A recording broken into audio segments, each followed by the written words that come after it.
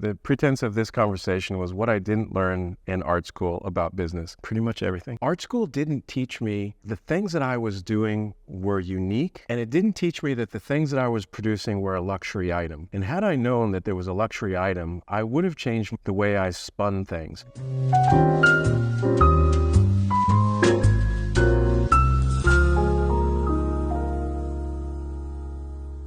I'm Michael Joy. This is Absolute Joy. It didn't always feel like absolute joy. The pretense of this conversation was what I didn't learn in art school about business. Pretty much everything was not learned in art school about business. And I think that I could get harsh on the comments about that. But really, I don't know that I was open to learn about too much about business. I think I was focused on the craft or the trade or actually making something, what they call technician-based. What I had wished I had learned in art school, and I didn't wish this in art school, it was afterwards, that I had learned how to value my time. I had learned the value of my particular skill set, and I had learned the word negotiation and what that meant. And for me, it wasn't until much later that I started reading books on negotiation. The quick takeaway, I could talk about 1,000 different examples of negotiation. The one thing, and all the books that I read about it that stood out, was not how to negotiate, but simply to recognize when the negotiation had begun. And that was often well in advance that I thought it had. The other person was 6 steps ahead of me in chess already, not from a malicious standpoint, just in the sense of where they were headed and what they wanted from the deal. And when I started reading about negotiations, I was just like, oh, this is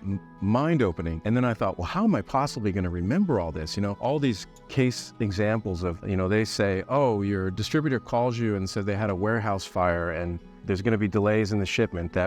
You tell them you had a fire too, and geez, I'm sorry to hear that, but we have our own problems here, and what are you going to do to fix this? Never let somebody get ahead of you with their downside story. That buys no credibility in negotiations. It's like, oh, too bad for you. Sorry about that, but let's keep going forward.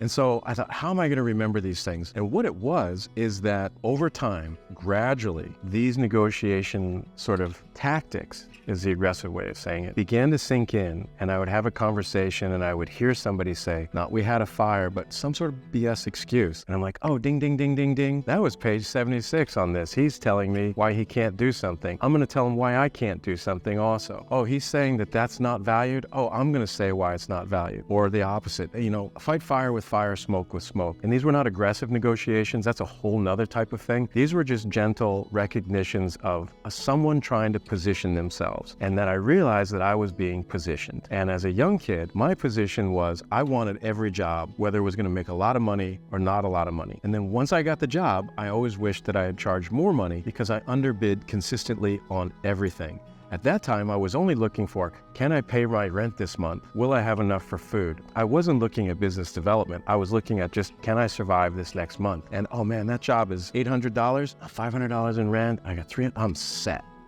That's what it was, small win to small win, and it was not a good strategy. So I didn't learn that in art school either, is how to figure out actually what my overhead was. And when I went back to the Art Institute to teach as an adjunct professor, which is a fancy way of saying I went back and taught a class when no one else could, I specifically worked with the students there and saying, here's how you figure out your overhead. Here's how to determine your bare minimum of what you can charge. And if your bare minimum is a lot of money, then you got to look at your competition. Because if your overhead is X thousands a month and you're just expecting, because that's your overhead, someone's going to come in and satisfy you on that. No, you have to either lower your overhead or be competitive or find out some other sort of efficiency. I could talk a lot about how to establish your overhead. This would be a talk more for students than professional business people, because it's kind of a different level of discussion. Let me get back to the topic. What else art school didn't teach me? Art school didn't teach me the things that I was doing were unique, and it didn't teach me that the things that I was producing were a luxury item. And had I known that there was a luxury item, I would have changed the way I spun things. As a mold maker, it didn't feel like a luxury item because I was providing a service and a solution. I thought it was pretty straightforward. I need a chair to sit on. Oh, what do you do with that chair? You sit on that chair. Okay, I can make you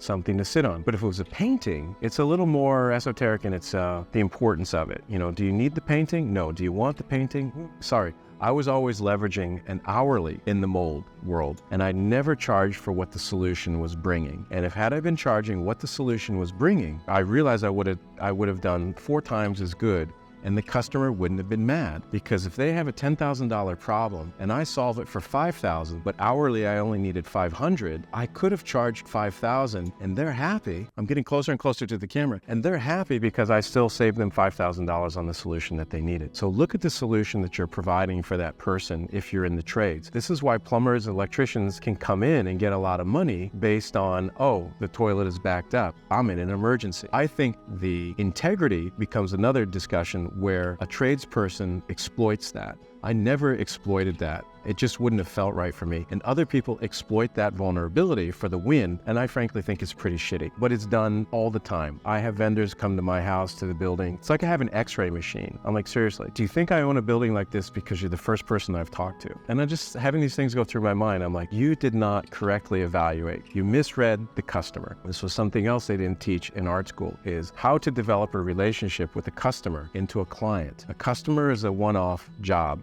and you probably won't ever see them again. A client is somebody that you have a relationship with and you gain traction with, and that's gonna be a much more valuable interaction, because you don't have to reintroduce yourself. You don't have to go on all these first dates. You kind of just pick up and you start collaborating together and be like, I got this idea. I'm like, I can do this. They're like, I know you can do this. That's why I'm here. And it turns into something kind of great.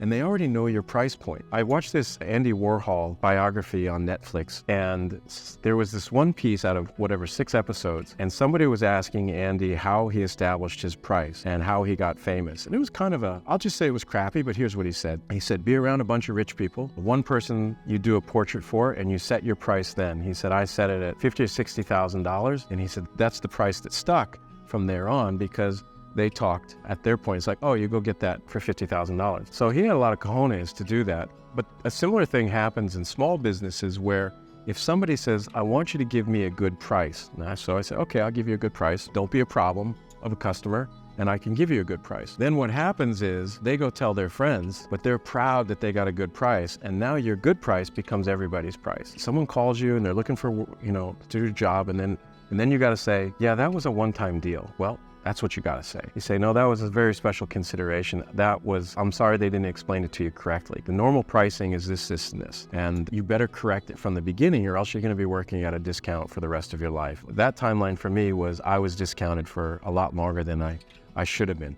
Now, the caveat is this is all based on custom work. It's not based on a product that I'm selling again and again and again.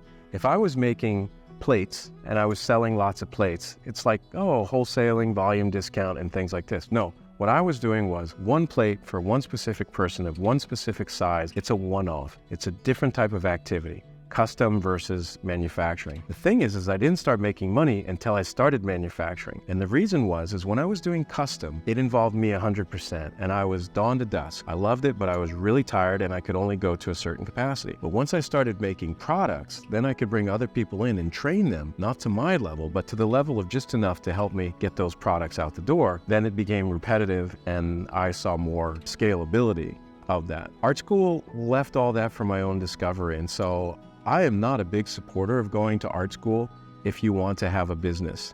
Don't expect them to help you with it. You can tell these are hot topics for me because I had to overcome the deficits from art school at great expense to myself. Now, I think that there was value in them, but it was the long game value. As far as expense, I struggled financially for years and years and years, and I think it created hardships and some significant stress in my life that led to big deals such as not having a family, such as not buying a home until I was 40. There's a price for going to art school, and I want to talk about that. We'll do that in the next episode.